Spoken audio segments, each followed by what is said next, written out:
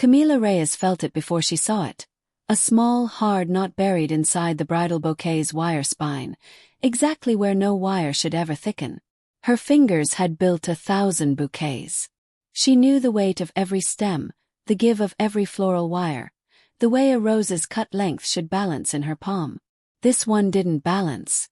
Something inside the greenery was pulling the whole arrangement 2 centimeters to the left, like a stone dropped into water. She was standing in the dressing room of the Marchetti family estate, 20 minutes before the bride was due to walk into the courtyard, and her hands had gone still over the white roses. Through the window behind her, she could already hear the string quartet tuning near the garden gate.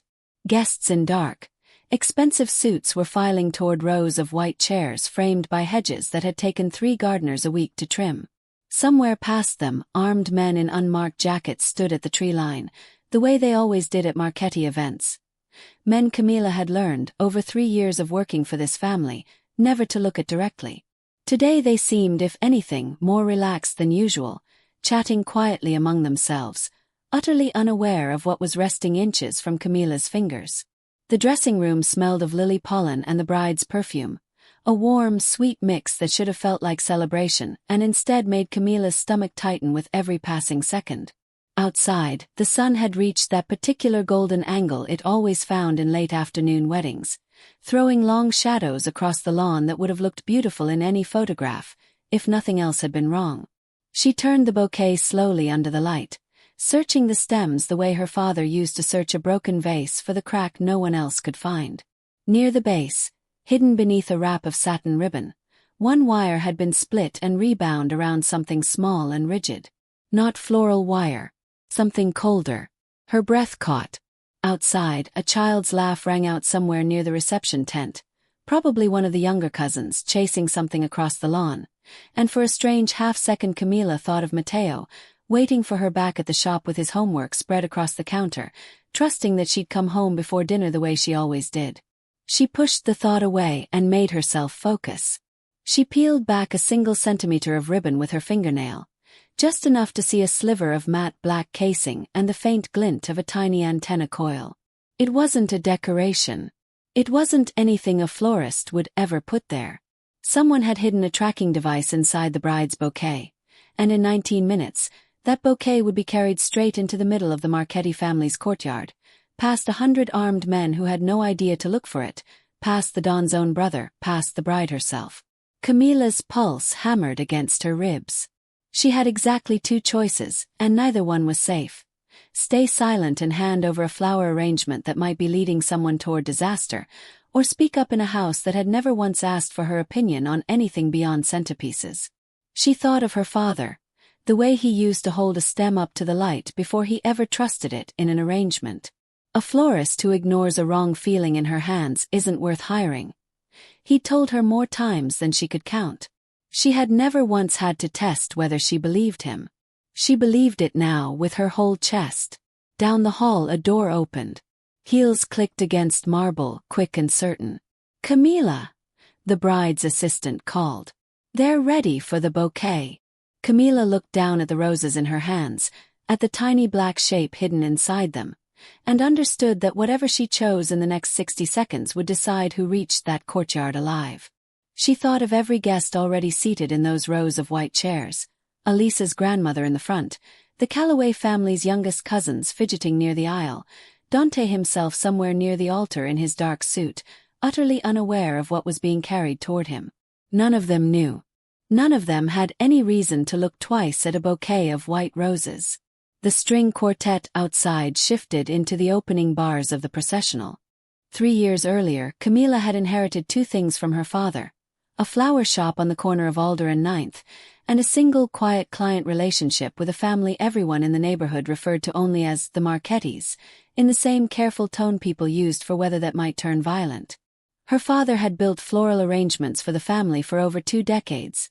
Weddings, funerals, christenings, the occasional apology bouquet sent after a disagreement no one explained. He'd taught Camila everything. How to bend wire so it held its shape without snapping, how to weigh a stem in one hand before cutting it, how to notice when something in an arrangement didn't sit the way it should. He used to say a florist who couldn't feel a problem with her hands wasn't worth hiring. He'd never told her why the Marchettis paid triple the going rate for flowers that other florists could have made just as well. She'd learned that on her own, slowly, the way most people in the neighborhood eventually did. Casa de Flores was small. One counter, one cooler, a back room that smelled permanently of eucalyptus.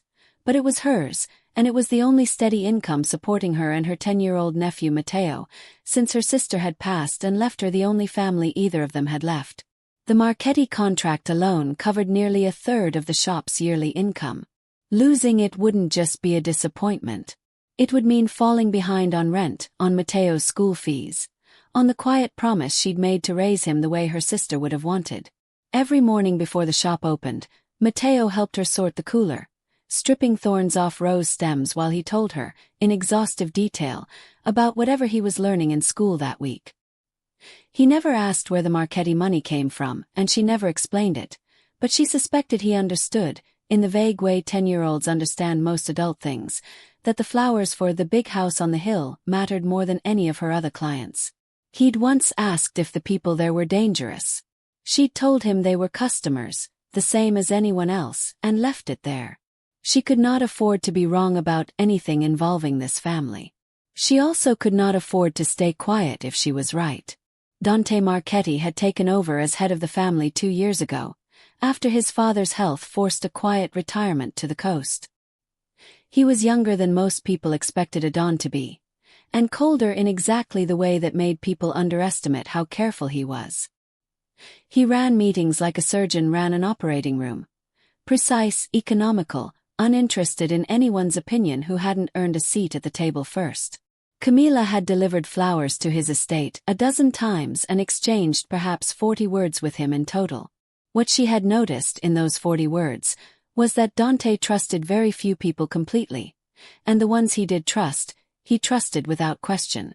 Chief among them was Victor Lang, the family's longtime event coordinator, a silver-haired man with an easy smile who had organized every Marchetti wedding, funeral, and gala for nearly 20 years. Victor greeted every vendor personally, remembered every name, and moved through the estate like he owned a piece of it. Camila had once watched Dante brush off a warning from his own head chef about spoiled shellfish at a gala, only to relent an hour later when Victor repeated the exact same concern in different words. It wasn't that Dante didn't listen. It was that he only fully listened to people who had already spent decades proving themselves inside his circle, and anyone standing outside that circle, no matter how right they were, had to shout twice as loud to be heard once. 2 weeks before this wedding, Victor had placed an unusual order through Camila's shop, a specific gauge of floral wire she didn't normally stock, thinner and more rigid than what the bouquet design called for. When she'd asked why, he'd waved a hand and said something vague about structural integrity for the outdoor heat, then changed the subject fast enough that she'd noticed. She'd also noticed him 3 days ago, standing in the estate's side garden with his phone pressed hard against his ear. His voice low and clipped in a way that didn't match his usual warmth. "I told you it's handled," he'd said, before spotting her and forcing his smile back into place like a man closing a drawer. At the time she'd assumed it was some ordinary wedding vendor dispute. A caterer running late, a florist rival undercutting a price, the 1,000 small frictions that came with organizing an event this size. She hadn't imagined, even for a second, that the tension in his voice might have anything to do with the flowers passing through her own hands. She hadn't thought much of it at the time. Vendors overheard things at estates like this constantly, and the smart ones learned to forget what they heard. Still, something about the wire order had nagged at her for 2 weeks, the way an unbalanced stem nags at a florist's hand long after the arrangement is finished and delivered. She'd almost mentioned it to her wholesale supplier, an older man named Harlan who'd known her father, but the wedding season had swallowed the thought whole before she ever followed up on it. The bride, Elisa Marchetti, Dante's younger sister, was the one bright, uncomplicated presence in the entire family. She'd hugged Camila the first time they met, asked about Mateo by name every visit since, and once spent 20 minutes helping Camila carry buckets of peonies up the estate's front steps because, as she put it, flowers shouldn't have to work harder than the people who love them.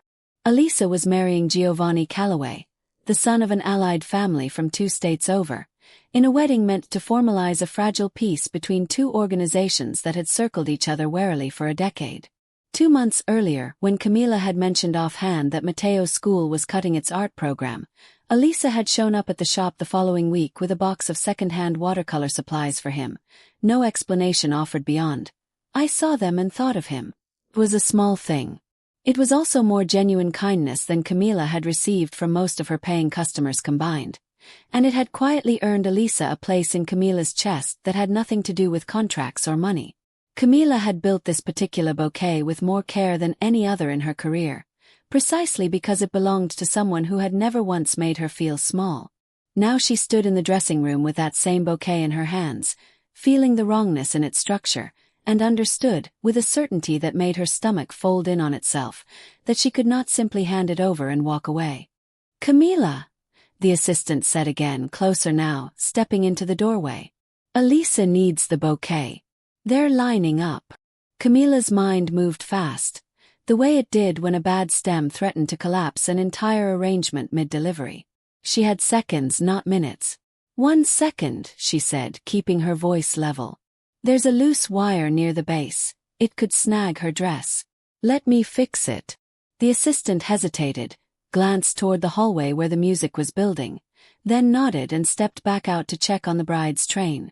Camila turned toward the small work table in the corner, angling her body so the doorway couldn't see her hands, and carefully worked her fingers into the ribbon wrap at the base of the stems. Her nails found the split wire again. She eased it open just enough. A small rectangular object slid partway free, no larger than a fingernail, matte black, with a hairline seam and a faint pinprick of green light blinking once every few seconds. Her hands, usually so steady, trembled slightly as she turned it under the light. She thought, absurdly, of every time she'd handed a finished bouquet across a counter without a second thought, trusting that flowers were simply flowers, that the worst thing hidden inside a stem was a hungry aphid, not a piece of machinery built to report a location to someone she'd never met. She had seen enough crime shows and enough late-night news segments about corporate espionage to recognize a tracking chip when she was holding one in her palm. This wasn't a decorative pin. This wasn't anything a bridal florist would ever be asked to include. Someone had hidden a live tracker inside flowers destined to travel down a garden aisle, past 100 people, into a courtyard where every important member of two allied crime families would be standing in one place, in daylight, in the open. Her first instinct was to find security. But security at a Marchetti event answered to men who worked with Victor Lang directly, the same man who had ordered the strange wire, the same man whose phone call had sounded like something being covered up. If she went through the normal channel, the bouquet would already be halfway to the courtyard by the time anyone believed her, if they believed her at all. And even if the guards did listen, they would need to verify her claim with someone above them before acting. And the person they'd verify with on any normal wedding day would be Victor himself, standing 3 steps from the very man who might have planted it in the first place. Her second instinct was to hide the chip and say nothing. Hand the bouquet over exactly as expected. Protect her contract, protect Matteo, protect the fragile stability she'd spent 3 years building. No one would ever know she'd found anything. She stood frozen for 3 full seconds, running the arithmetic of both choices the way she'd run the numbers on the shop's rent every month since her sister died, weighing what she could survive losing against what she couldn't live with keeping quiet about. Losing the contract would hurt. It might even cost her the shop eventually. But she had built her whole life around the idea that noticing things mattered, that a florist who felt a problem and said nothing wasn't really a florist at all, just someone selling flowers. But Elisa's face rose in her mind, the girl who'd carried peony buckets up the stairs, who asked after a 10-year-old boy she'd met twice, who trusted every person in this house because trust was the only currency she knew how to offer. She glanced once more at the door, gauging how many seconds she had left before the assistant returned in earnest, and forced her hands to move with the same steadiness she used on every delicate stem she'd ever handled, no matter how badly they wanted to shake. Camila closed her fist gently around the wire, feeling the sharp edge of the hidden casing bite into her palm, and made her choice. She wasn't going to hand this to security. She wasn't going to hand it to Victor. She was going to find Dante Marchetti himself directly before the procession reached the courtyard. And she was going to do it in the next 15 minutes, or not at all. She slid the bouquet back into shape, tucked the ribbon down over the wire so the object stayed hidden from casual view, and stepped out of the dressing room into the hallway, her heart slamming against her ribs with every step. The assistant reappeared, holding Elisa's arm. "There she is. Ready." "Almost," Camila said. "I need 2 minutes with your brother before this walks anywhere." "It's important." The assistant's eyebrows rose. "Dante doesn't do 2 minutes before a family wedding, Camila. Whatever this is, tell me and I'll pass it along after." "I can't wait until after," Camila said, and something in her voice must have carried more weight than she intended, because the assistant's teasing expression faltered. "Is Elisa in danger?" the assistant asked quietly, glancing back toward the bride's room. "I don't know yet," Camila admitted. "That's exactly why I need to talk to him now."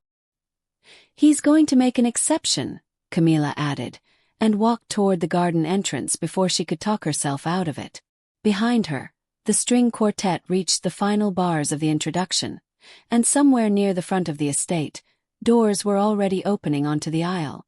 Dante Marchetti stood near the garden's stone archway in a dark suit, jaw set, watching the last guests take their seats with the flat patience of a man used to controlling every variable in a room. 2 of his men flanked him at a respectful distance. Victor Lang stood just behind his shoulder, clipboard in hand, murmuring last details about timing. Camila crossed the lawn toward them, bouquet held carefully against her chest, and felt every head near the archway turn toward her before she'd said a single word. "Mr. Marchetti," she said, keeping her voice steady. "I need a moment. Alone." One of his men stepped forward automatically, a hand rising to redirect her back toward the vendor staging area. She held her ground, feet planted on the grass, refusing to let the bouquet leave her hands until someone actually looked at it. Dante didn't move, but his eyes narrowed with the particular impatience of a man being interrupted on the one day nothing was supposed to go wrong. Behind him, guests were still settling into their chairs, unaware that the ceremony's timeline had just quietly begun to fracture. "The procession starts in 6 minutes," he said. "Whatever this is, it can wait." "It can't." Camila held out the bouquet, angled the ribbon aside with 2 fingers, and revealed the small blinking light nested in the stems. "There's a tracking device hidden inside your sister's bouquet. I found it 10 minutes ago." For half a second nobody moved. Somewhere behind them, a guest craned her neck to see what the delay was about, and one of Dante's men stepped smoothly into her line of sight, redirecting her attention with a practiced, friendly word about the heat. Then Victor laughed, short, easy, dismissive, and stepped forward with the same warm authority he used on every vendor who'd ever second-guessed him. "Camila, that's a battery indicator for the floral preservative packet. We've used them for years to keep the stems hydrated through the ceremony." He reached toward the bouquet as if to demonstrate. "I ordered the wire myself. It's completely standard." Camila didn't hand it over. "Floral preservative packets don't have antenna coils, Mr. Lang. And you never explained why you needed wire this thin for an outdoor arrangement. I asked you twice." Dante's gaze shifted from the bouquet to Victor, and for a moment something flickered behind his expression. Not quite doubt, but the beginning of it. "She's overreacting," Victor said, his smile tightening at the edges.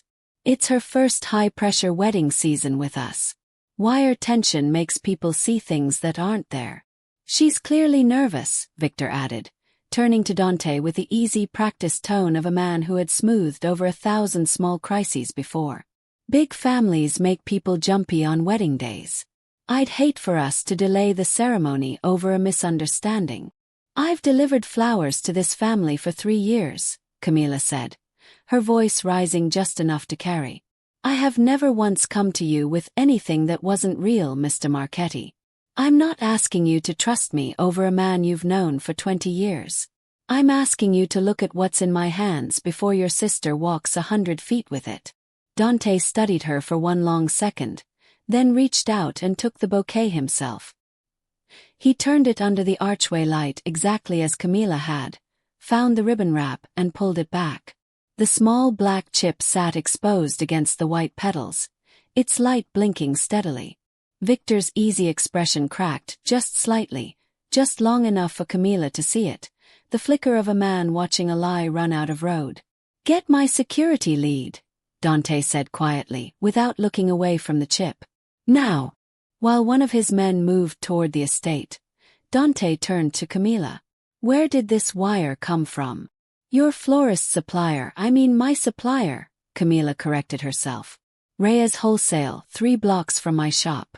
Victor placed a special order 2 weeks ago for a gauge I don't normally carry." Dante's security lead, a broad man named Osei who had worked for the family longer than Camila had been alive, arrived within minutes, out of breath from crossing the estate at a near run.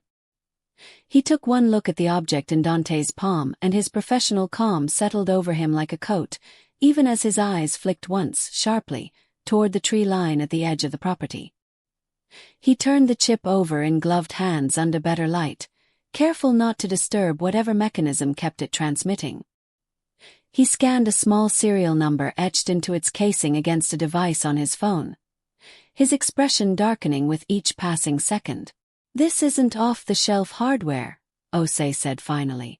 "This serial batch traces back to equipment we've seen before, logged during the Kessler dispute 18 months ago." He turned to one of his men. "Get Harlan from Reyes Wholesale on the phone. If Victor placed a special wire order through him, he'll remember exactly what was said." Within minutes, a call confirmed what Camila already suspected. Victor had specifically asked Harlan about wire that could conceal a small rigid object without altering the bouquet's outward appearance, and had asked, almost in passing, whether any of it might interfere with a signal. The name landed like a dropped glass. Camila didn't know the history, but she understood, watching Dante's face go rigid, that it meant something far larger than a wedding. The procession music, delayed by only a few minutes, was still playing faintly from the garden. Somewhere behind them, Victor Lang had gone very quiet. His clipboard held a little too tightly against his chest, and as Osei turned to question him directly, Victor's eyes flicked, just once, toward the tree line at the edge of the property, as if checking whether it was already too late to stop what he'd set in motion. "I don't know anything about Kessler," Victor said too quickly, his voice climbing half an octave. "I bought that wire because it was cheaper. That's all." Osei stepped closer, close enough that Victor's easy composure finally began to fray at the edges. "Camila already told us the wire order was unusual, and unusual enough that she remembered it 2 weeks later," Osei said evenly. "Cheaper doesn't explain a serial number logged to a rival family's equipment. Try again, Victor." "Cheaper wire doesn't carry a tracking chip inside it, Victor," Dante said, his voice dropping into a register Camila hadn't heard from him before, flat, precise, and dangerous in its calm. "Explain the phone call 3 days ago. My sister's florist heard you say the words it's handled." Victor's composure finally slipped all the way. "You don't understand what they have on me," he said, quieter now, almost pleading. 6 months ago, I lost more than I could ever repay at a table Kessler owns a piece of. He came to me 2 weeks ago with the debt forgiven on paper. If I helped place a signal device somewhere, it would never be searched." His eyes went to Elisa's bouquet. "He said it was only meant to track locations, nothing more. He swore no one would be hurt." "And you believed a rival boss," Dante said. "He had my daughter's school schedule memorized, Dante." Victor's voice cracked. "He recited it to me over the phone like a grocery list. I didn't have a choice." Osei's phone buzzed. He read the screen and his expression changed again, sharper this time, more urgent. "The chip's signal range and placement don't match a simple tracking job," he said. "It's positioned for line-of-sight targeting, not just location logging. Whoever's on the receiving end isn't just watching where the bride walks." He looked up at Dante. "They're watching where you stand next to her during the ceremony. The best man position. Yours." He turned the schematic on his phone so Dante could see it. A simple diagram showing signal strength radiating outward from the altar in a narrow, deliberate cone, aimed not at the aisle where Elisa would walk, but at the exact spot where tradition required the dawn to stand still for nearly 10 uninterrupted minutes. The realization moved through the group like cold water. This had never been about tracking Elisa. The bride's bouquet was simply the object no one would ever think to search, the perfect vehicle to carry a targeting signal directly beside the dawn of the Marchetti family, in the open, during the one part of the ceremony where he'd stand still longest. Dante's jaw tightened, and for the first time, Camila watched something crack open behind his controlled exterior. Not fear exactly, but the particular grief of a man realizing his own blind spot had nearly gotten his sister and himself killed on the same afternoon. He looked for just a moment like someone much younger than the Don everyone in this garden had learned to fear. A boy remembering a warning he'd once brushed aside from a hairdresser who'd noticed a strange car parked outside his mother's salon, years before that same street corner became the place she died. He had promised himself after that he would never again ignore anyone who noticed something wrong. He had broken that promise without ever realizing it, simply by deciding that Victor's 20 years of service made him immune to scrutiny. "I trusted him with everything for 20 years, Dante said quietly, more to himself than to anyone else. "My father trusted him before that. I never once asked what pressure a man like Victor could be under, because I assumed loyalty like that couldn't be bought." He looked at Camila. "You asked him about the wire twice, and I never asked him anything at all." "You didn't have a reason to suspect him," Camila said. "I didn't either, not really. I just couldn't let a wrong feeling in my hands go unexplained." "That's the difference between us," Dante said.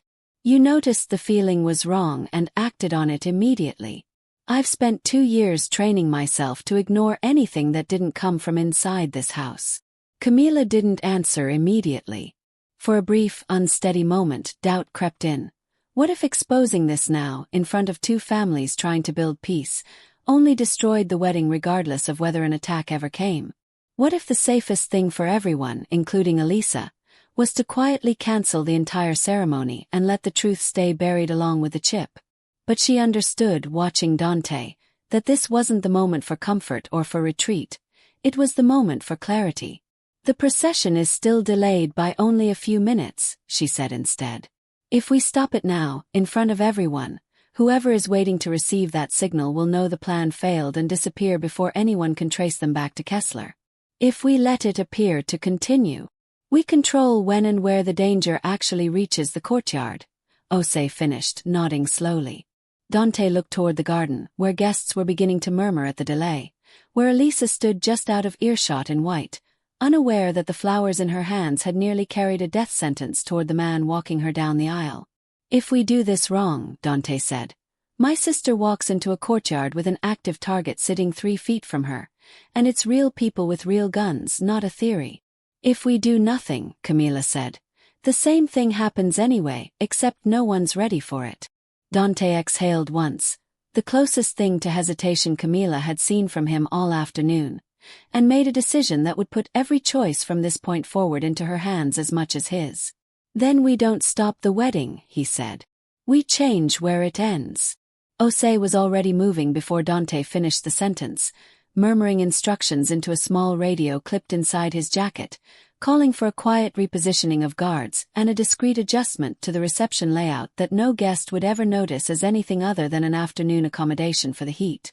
The plan came together in the 12 minutes that followed, built from pieces no single person in the group could have assembled alone. Osei's men quietly repositioned 24 guards along the garden's tree line under cover of adjusting chairs and folding extra seating, close enough to intercept anyone approaching from beyond the property without alarming the guests. Dante ordered the ceremony's final positioning changed. The vows would still happen in the courtyard, but the receiving line afterward, where he would have stood longest beside Elisa in an exposed, unmoving position, was quietly moved indoors under the excuse of unpredictable afternoon heat. Victor, under Osei's direct watch, was made to call Kessler's contact one final time, confirming the ceremony was proceeding exactly as planned. His voice trembling only slightly as Osei stood inches from his shoulder. When the call ended, Victor sat down heavily on a garden bench, looking, for the first time all day, like a man 20 years older than his silver hair suggested. "They have my daughter's schedule," he said quietly, to no one in particular. "That was never a bluff. We'll deal with that separately," Osei said, not unkindly. Right now you're going to sit here and not move. Camila, meanwhile, was asked to do something she hadn't expected. Stay. You built the arrangement, Dante said, finding her near the garden's side entrance as the final preparations moved around them. You're the only person who can confirm by feel whether there's a second device we haven't found. In the boutonnieres, the altar arrangement, anywhere else you touch today. She nodded and moved quickly through the remaining florals with him beside her. The altar arrangement, the aisle garlands, the small buttonholes pinned to every groomsman's lapel, running practiced fingers along wire spines and stem wraps, checking weight and balance the way her father had taught her. Each piece passed clean under her hands, and with every one, some of the tightness in her chest eased slightly, replaced by the simple satisfaction of confirmed, verified safety. She found nothing else, and told him so plainly, without softening it into reassurance he hadn't asked for. For a moment, working side by side over the altar arrangement, the danger receded just enough for something almost ordinary to surface between them. Your father did the flowers for my parents' anniversary years ago, Dante said, turning a boutonniere over in his fingers. I remember him telling my mother that good work should be invisible, that no one should ever notice the wire, only the flower. He used to say the same thing about people, Camila said. That the ones doing the real work in a room are usually the quietest ones in it. Dante almost smiled. You didn't have to come find me today, he said, watching her work. Most vendors would have handed the bouquet over and said nothing, rather than risk their contract. Most vendors weren't taught by my father, Camila said. He used to say a florist who ignores a wrong feeling in her hands isn't worth hiring. I wasn't going to let Elisa carry something into that courtyard because I was afraid of losing a contract. Dante studied her for a moment longer than the situation strictly required. When this is handled, he said, Victor will answer for it. Not quietly. And not the way my father would have handled it 20 years ago. Something in his tone made Camila stop and look at him directly.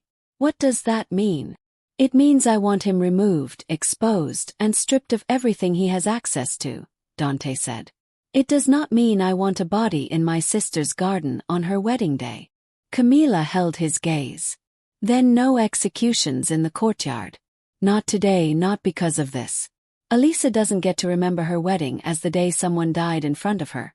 And Victor's daughter doesn't deserve to lose her father to a bullet over a debt Kessler forced on him. Dante's expression tightened, the instinct of 20 years of family history visibly resisting the boundary she was drawing.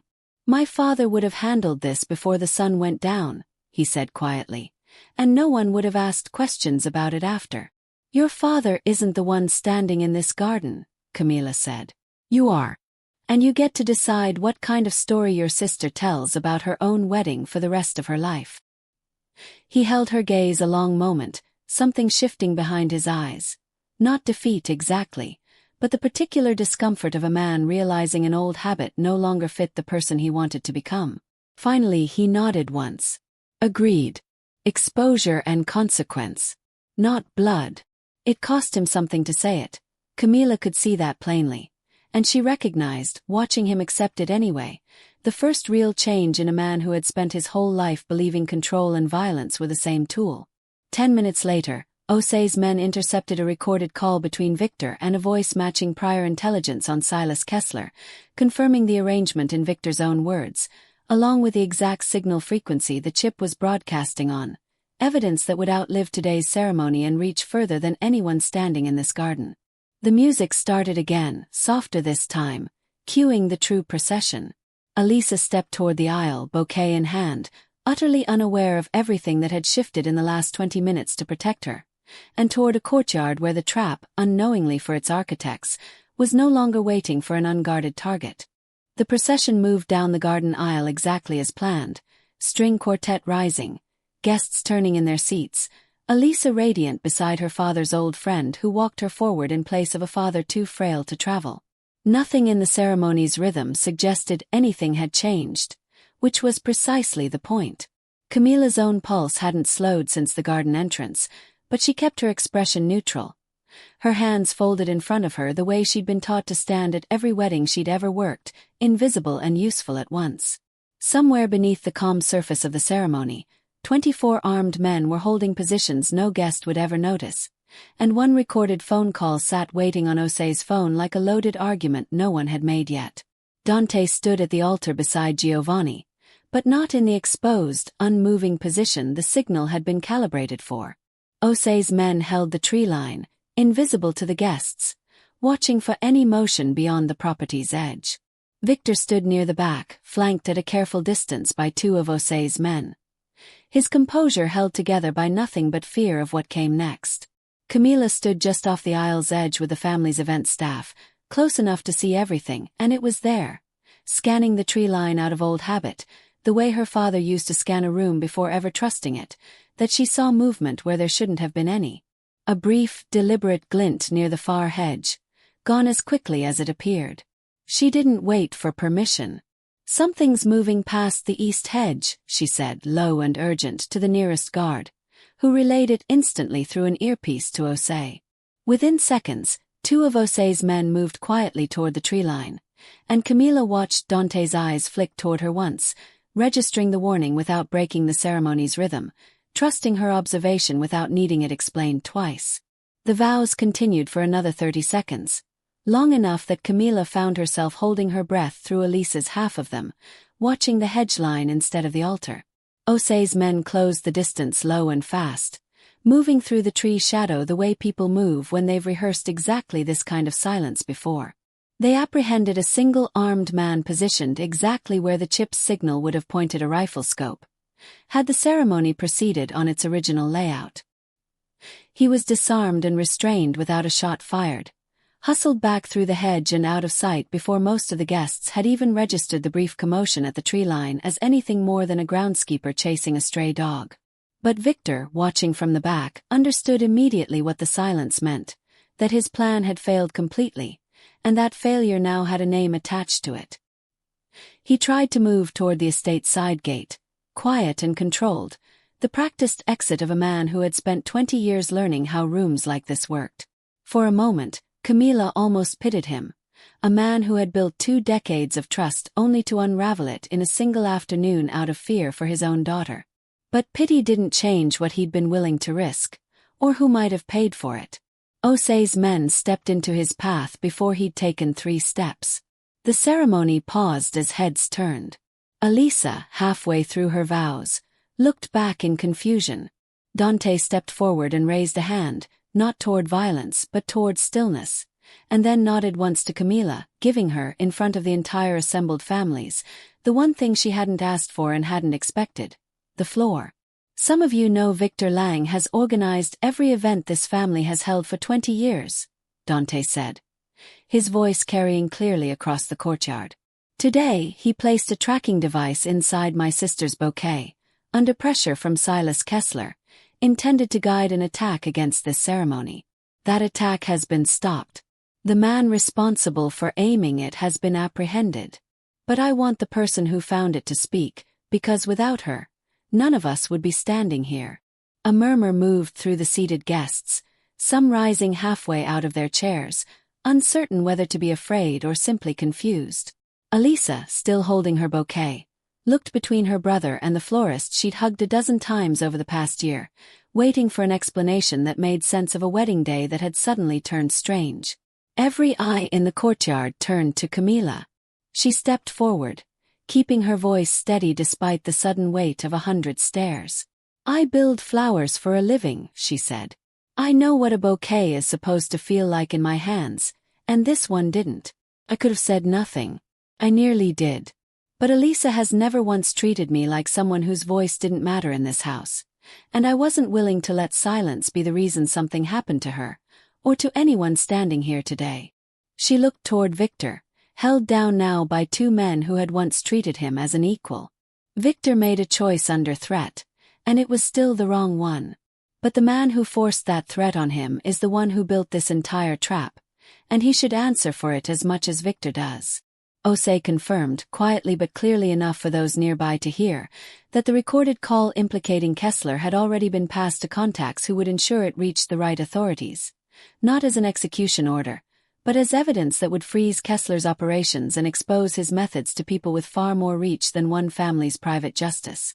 Giovanni's father, seated in the front row, rose halfway from his chair, visibly shaken by how close the alliance he'd helped broker had come to unraveling in blood. Dante met his eyes across the aisle and gave a single steady nod, a promise without words that the peace between their families would hold, and that it would hold because of what had just been stopped, not in spite of it.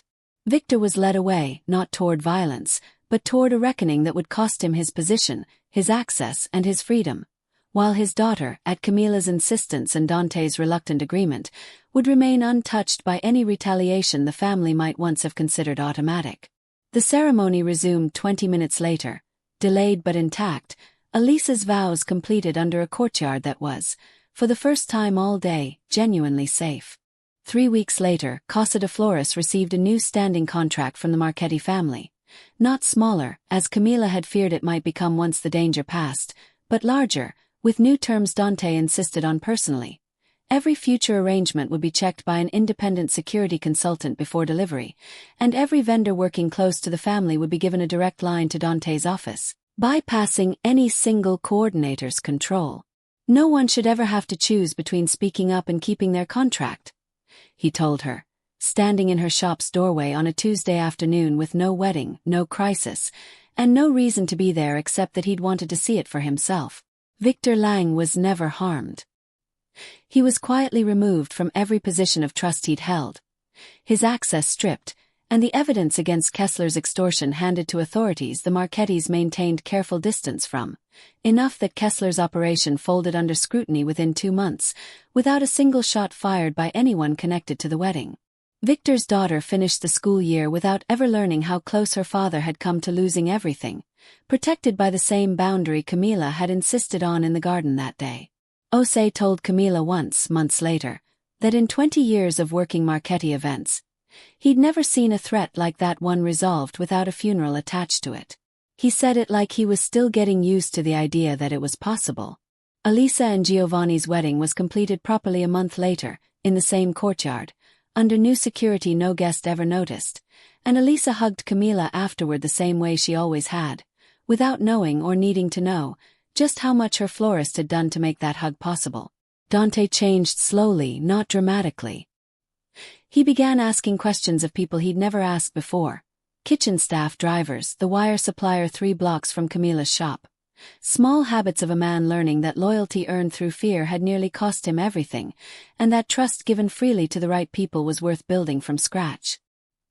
He also instituted a standing rule, quietly enforced through Jose, that any vendor or staff member who flagged a concern about a family event would be heard directly by security leadership within the hour, regardless of who they were or how long they'd worked for the family. It wasn't a grand gesture. It didn't make headlines anywhere. But it meant that the next person who noticed something wrong wouldn't have to fight past a locked door and a room full of skeptical faces to be believed. He and Camila began meeting for coffee some Tuesdays, nothing more than conversation at first.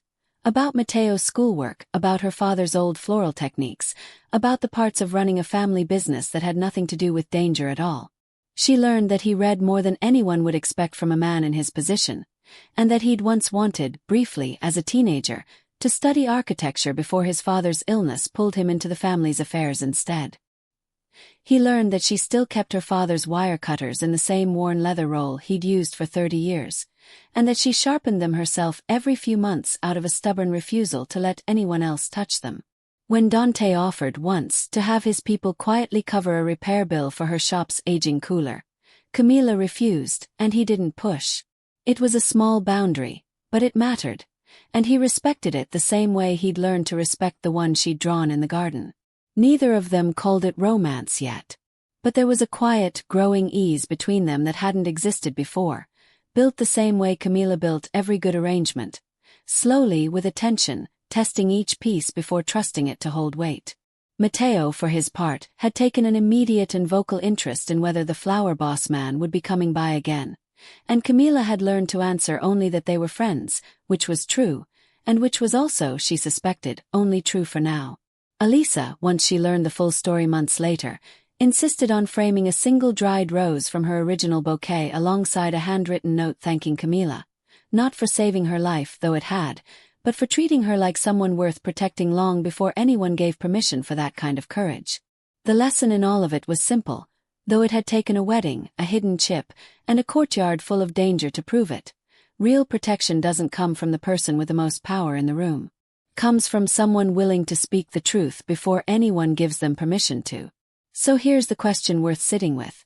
Would you have spoken up in Camila's place, knowing it might cost you everything you'd built, or would you have stayed quiet and hoped the danger wasn't real? If this story moved you, tell us your answer in the comments, and don't forget to like and subscribe for more stories like this one. Camila still keeps a single white rose from Elisa's second bouquet pressed inside her father's old wire-cutting kit. A reminder that the smallest, quietest details are sometimes the only thing standing between safety and disaster, if someone is brave enough to notice them. Some Tuesdays, when the shop is slow and Mateo is finishing homework at the counter, Camila takes that pressed rose out and looks at it for a moment before putting it away again. She doesn't need the reminder anymore, not really. But she keeps it anyway, the same way her father kept his old worn wire cutters long after sharper tools existed. Because some things earn their place simply by proving, once, that they mattered.